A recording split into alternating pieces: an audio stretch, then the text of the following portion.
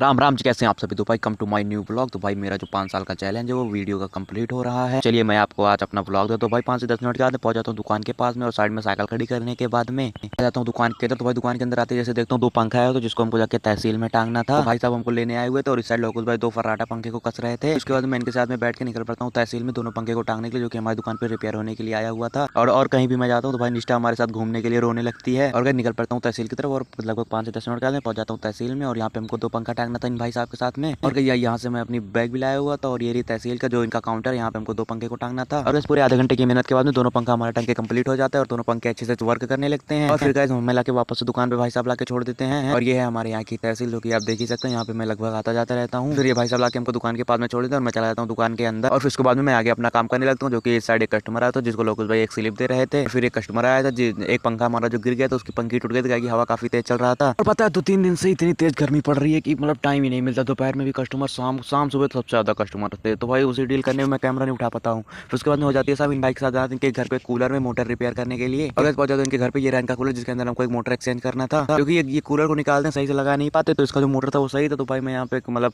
Cooler देखने के बाद में अपना चार्ज भी ले लेता हूँ, जो कि हमारा टाइम खराब हो तो उसका मैं पैसा भी लेता हूँ और वापस से निकल पड़ता हूँ दुकान पैदल। यहाँ से मैं वापस निकल पड़ता हूँ दुकान के, दुकान से जो इनका घर था ना 100 ही 200 मीटर। अब बच चुके हैं शाम के 7:30। तो भाई 7:30 बजे एक ये बुलेट मोटर आई है जिसमें बुश लगाना था और एक पेरेस आया था जिसमें एलामेंट लगाना था। तो एलामेंट को मैं लगा रहा था और बुश को लोकुश भाई लगा रहे थे। फिर उसके बाद में शाम के बच जाते हैं 8 बजे हमारी आ जाती है चाय। तो भाई चाय को लपेटने के बाद हमारा घर जाने का भी टाइम हो जाता है। और गाइस ये रही हमारी निष्ठा। गाइस अब बच चुके हैं शाम के 9:30 बजे। तो भाई मैं निकल पड़ता हूँ घर की तरफ। तो गाइस चलते हैं घर, मिलते हैं कल, तब तक के लिए सब्सक्राइब, बाय।